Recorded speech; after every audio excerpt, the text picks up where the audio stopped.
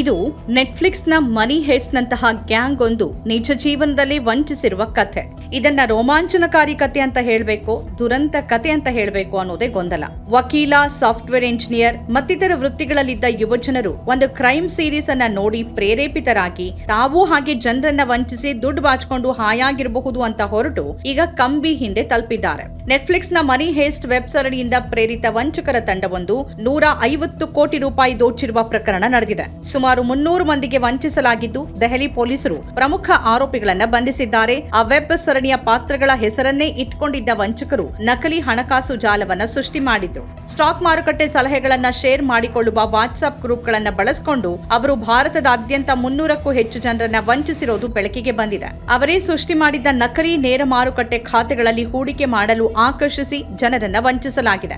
Gang ವಿದೇಶದಲ್ಲಿ ಹಣವನ್ನು ಅಕ್ರಮವಾಗಿ ವರ್ಗಾಯಿಸಲು ನಕಲಿ ಟ್ರೇಡ್ ಅಪ್ಲಿಕೇಶನ್ಗಳು, ಮ್ಯೂಲ್ ಬ್ಯಾಂಕ್ ಖಾತೆಗಳು ಮತ್ತು ಕ್ರಿಪ್ಟೋ ಕರೆನ್ಸಿಯನ್ನ ಬಳಸಿತ್ತು. ಕೆಂಪು ಜಂಪ್ಸೂಟ್ ಅನ್ನ ಧರಿಸಿ ಬ್ಯಾಂಕ್ ಅನ್ನ ದೋಚೋದು ಸುಲಭ ಅಂತ ಜನ ಭಾವಿಸಿ ಬಿಡುವ ಮಟ್ಟಿಗೆ ನೆಟ್ಫ್ಲಿಕ್ಸ್ ಸರಣಿ ಮನಿ ಹೇಸ್ಟ್ ಕ್ರೇಜ್ ಕಾಣಿಸಿದೆ. 2017ರಲ್ಲಿ ನೆಟ್ಫ್ಲಿಕ್ಸ್ನಲ್ಲಿ ಶುರುವಾದ ಮನಿ ಹೇಸ್ಟ್ ಹೆಸರಿನ ಸ್ಪ್ಯಾನಿಷ್ ಸರಣಿ ಭಾರತದಲ್ಲಿ ಬಹಳ ಜನಪ್ರಿಯವಾಗಿದೆ. ಅದರಲ್ಲಿ ಪ್ರೊಫೆಸರ್ ಹೆಸರಿನ ಸೂತ್ರಧಾರ ವಂಚನೆಯ ಜಾಲ ಹೆಣಿತಾನೆ. ಆತನ ಸಂಗಾತಿಗಳು ವಿವಿಧ ಪಾತ್ರಗಳಲ್ಲಿ ಆತನಿಗೆ ಸಾಥ್ ನೀಡ್ತಾರೆ. ದೆಹಲಿಯ ಒಂದು ಗ್ಯಾಂಗ್ ಈ ಸರಣಿಯಿಂದ ಪ್ರೇರಿತವಾಗಿ ಅದರದ್ದೇ ಪಾತ್ರಗಳ ಹೆಸರುಗಳನ್ನು ಇಟ್ಕೊಂಡು ಷೇರು ಮಾರುಕಟ್ಟೆ ಹೂಡಿಕೆಗಳ ಸೋಗಿನಲ್ಲಿ ದೇಶಾದ್ಯಂತ 300ಕ್ಕೂ ಹೆಚ್ಚು ಜನರಿಗೆ 150 ಕೋಟಿ ರೂಪಾಯಿ ಪಂಗನಾಮ ಹಾಕಿದೆ. ಅಲ್ಲದೆ ವಿವಿಧ ಆನ್ಲೈನ್ ವಂಚನೆಗಳ ಮೂಲಕ 23 ಕೋಟಿ ರೂಪಾಯಿ ಲೂಟಿ ಮಾಡಿದೆ. ಕಡೆಗೆ ಒಂದೇ ದೂರು ಈ ಗ್ಯಾಂಗ್ ಅನ್ನ ಬಯಲಿಗೆಳೆಯೋಕೆ ಕಾರಣ ಆಗಿದೆ. ವೃತ್ತಿಯಲ್ಲಿ ವಕೀಲನಾದ ಅರ್ಪಿತ್ ಮಿಶ್ರಾ ತನ್ನನ್ನ ಸರಣಿಯಲ್ಲಿರುವ ಪಾತ್ರವಾದ ಪ್ರೊಫೆಸರ್ ಅಂತ ಕರೆದುಕೊಂಡಿದ್ದ.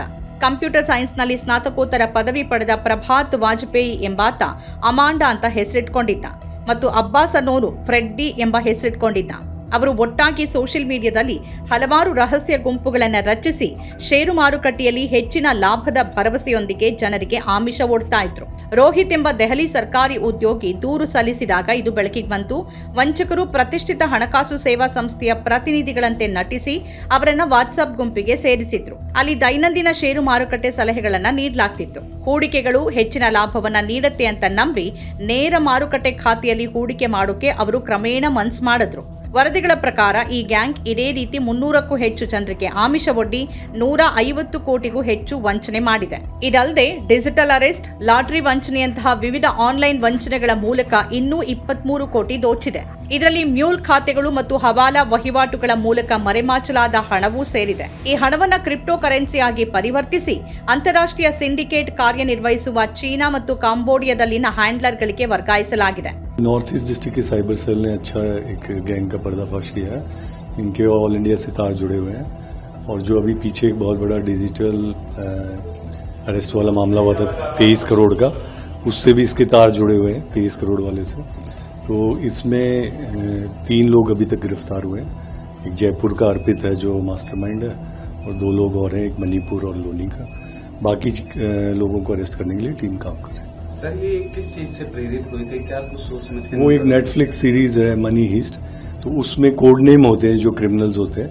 तो उसमें जैसे प्रोफेसर अलांडा करके इन्होंने अपने कोड नेम रखे हुए थे ताकि कभी पकड़े जाए तो एक दूसरे की आइडेंटिटी डिस्क्लोज ना हो सके. सर लास्ट क्वेश्चन, सर ये टारगेट करते थे किसी पर्सन को? ये टेलीग्राम ग्रुप खोल लेते हैं, उसमें जो फंस जाए उन सबको बुला के और फिर आगे इन्वेस्ट करने के लिए प्रलोभन देते हैं.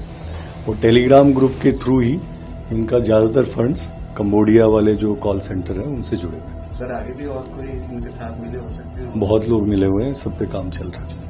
ಗ್ಯಾಂಗ್ ಸದಸ್ಯರಲ್ಲಿ ಹೆಚ್ಚಿನವರು ವಿದ್ಯಾವಂತರು ಮತ್ತು ಮಧ್ಯಮ ವರ್ಗದ ಹಿನ್ನೆಲೆಯಿಂದ ಬಂದವರು. ಪೊಲೀಸರು ಸುಮಾರು 14 ಮೊಬೈಲ್ ಫೋನ್ಗಳು, 17ರಿಂದ 20 ಸಿಮ್ ಕಾರ್ಡ್ಗಳು, 12 ಬ್ಯಾಂಕ್ ಪಾಸ್ಬುಕ್ಗಳು, 32 ಡೆಬಿಟ್ ಕಾರ್ಡ್ಗಳು ಮತ್ತು 1,000ಕ್ಕೂ ಹೆಚ್ಚು ಜನರೊಂದಿಗೆ ಅವರು ನಡೆಸಿದ ಚಾಟ್ಗಳು ಮತ್ತು ವಹಿವಾಟುಗಳ ಪುರಾವೆಗಳನ್ನು ವಶಪಡಿಸಿಕೊಂಡಿದ್ದಾರೆ. ಈ ಗ್ಯಾಂಗ್ ಸದಸ್ಯರು ಸಾಮಾನ್ಯವಾಗಿ ವಿಲಾಸಿ ಹೋಟೆಲ್ಗಳಲ್ಲಿ ಉಳ್ಕೊಂಡು ಮೊಬೈಲ್ ಹಾಗೂ ಲ್ಯಾಪ್ಟಾಪ್ಗಳ ಮೂಲಕವೇ ತಮ್ಮ ವಂಚನೆಯ ಕಾರ್ಯಾಚರಣೆಯನ್ನು ನಡೆಸ್ತಾ ಇದ್ರು. ಉತ್ತರ ಪ್ರದೇಶದ ನೋಯ್ಡಾ ಹಾಗೂ ಪಶ್ಚಿಮ ಬಂಗಾಳದ ಸಿಲಿಗುರಿಯಲ್ಲೂ ಹಲವೆಡೆ ಪೊಲೀಸರು ದಾಳಿ ನಡೆಸಿದ್ದಾರೆ. ಪೊಲೀಸರು ಈಗ ವಿದೇಶಿ ಸಂಪರ್ಕಗಳ ಮೇಲೆ ಗಮನ ಹರಿಸಿದ್ದು ಚೀನಿ ಹ್ಯಾಂಡ್ಲರ್ಗಳನ್ನು ಪತ್ತೆ ಹಚ್ಚೋಕೆ ಪ್ರಯತ್ನಿಸುತ್ತಿದ್ದಾರೆ. ಇದಕ್ಕಾಗಿ ಅವರು ಇಂಟರ್ಪೋಲ್ನ ಸಹಾಯ ಪಡೆದಿದ್ದಾರೆ. ಈ ವಂಚನೆಯಲ್ಲಿ ಅಂತಾರಾಷ್ಟ್ರೀಯ ಸೈಬರ್ ಮಾಫಿಯಾ ಭಾಗಿಯಾಗಿದೆ ಅಂತ ಪೊಲೀಸರು ಶಂಕಿಸುತ್ತಿರೋದ್ರಿಂದ ಚೀನಾದ ಜಾಡು ಹಿಡಿಯಲಾಗಿದೆ. 2024ರ 5,000 ಕೋಟಿ ಮೌಲ್ಯದ ಚೀನಿ ಅಪ್ಲಿಕೇಶನ್ಗಳ ಹಗರಣದಲ್ಲಿ ಇದೇ ರೀತಿಯ ವಂಚನೆಯ ಮಾದರಿ ಕಂಡುಬಂದಿತ್ತು. ವರದಿಗಳ ಪ್ರಕಾರ ಪೊಲೀಸ್ ವಿಚಾರಣೆಯ ಸಮಯದಲ್ಲಿ ಅರ್ಪಿತ್ ಮಿಶ್ರಾ ಚೀನಿ ಹ್ಯಾಂಡ್ಲರ್ಗಳೊಂದಿಗೆ ನೇರ ಸಂಪರ್ಕದಲ್ಲಿ ಇದ್ದದ್ದಾಗಿ ಬಾಯ್ಬಿಟ್ಟಿದ್ದಾನೆ. ಬ್ಯಾಂಕ್ ವಿವರಗಳು, ಹಣಕಾಸಿನ ರುಜುವಾತುಗಳು ಮತ್ತು OTPಗಳನ್ನು ಸಂಗ್ರಹಿಸಿ ಎಲ್ಲಾ ಮಾಹಿತಿಯನ್ನ ನಂತರ ಚೀನಾ ಮತ್ತು ಕಾಂಬೋಡಿಯಾ ಮೂಲದ ವಂಚಕರೊಂದಿಗೆ ಹಂಚಿಕೊಳ್ಳಲಾಗಿತ್ತು ಅನ್ನೋದು ಗೊತ್ತಾಗಿದೆ. ನಮ್ಮ ಕಾರ್ಯಕ್ರಮಗಳನ್ನ ನೀವು ನೋಡ್ತಾ ಇದ್ರೆ ನಮ್ಮ ಚಾನೆಲ್ ಅನ್ನ ಸಬ್ಸ್ಕ್ರೈಬ್ ಮಾಡಿ, ಪಕ್ಕದ ಬೆಲ್ ಐಕಾನ್ ಒತ್ತಿ ನಮ್ಮನ್ನ ಬೆಂಬಲಿಸಿ. ಹಾಗೆ ನಮ್ಮ ಕಾರ್ಯಕ್ರಮಗಳನ್ನ ಲೈಕ್ ಮಾಡಿ, ಕಮೆಂಟ್ ಮಾಡಿ, ಅದನ್ನ ಬೇರೆಯವರಿಗೂ ವಾಟ್ಸ್ಆಪ್ ಮೂಲಕ ಶೇರ್ ಮಾಡಿ. ನೀವು ಹೀಗೆ ಮಾಡಿದಾಗ ನಮ್ಮ ಚಾನೆಲ್ ಇನ್ನಷ್ಟು ಮತ್ತಷ್ಟು ಜನರಿಗೆ ತಲುಪಲು ನೀವು ನಮ್ಮೊಂದಿಗೆ ಸಹಕರಿಸಿದ ಹಾಗಾಗುತ್ತೆ. ಇದು ನೀವು ಯಾವುದೇ ಖರ್ಚಿಲ್ಲದೆ ಕೆಲವೇ ಸೆಕೆಂಡುಗಳಲ್ಲಿ ನೀಡಬಹುದಾದ ಸಹಕಾರ. ಧನ್ಯವಾದಗಳು.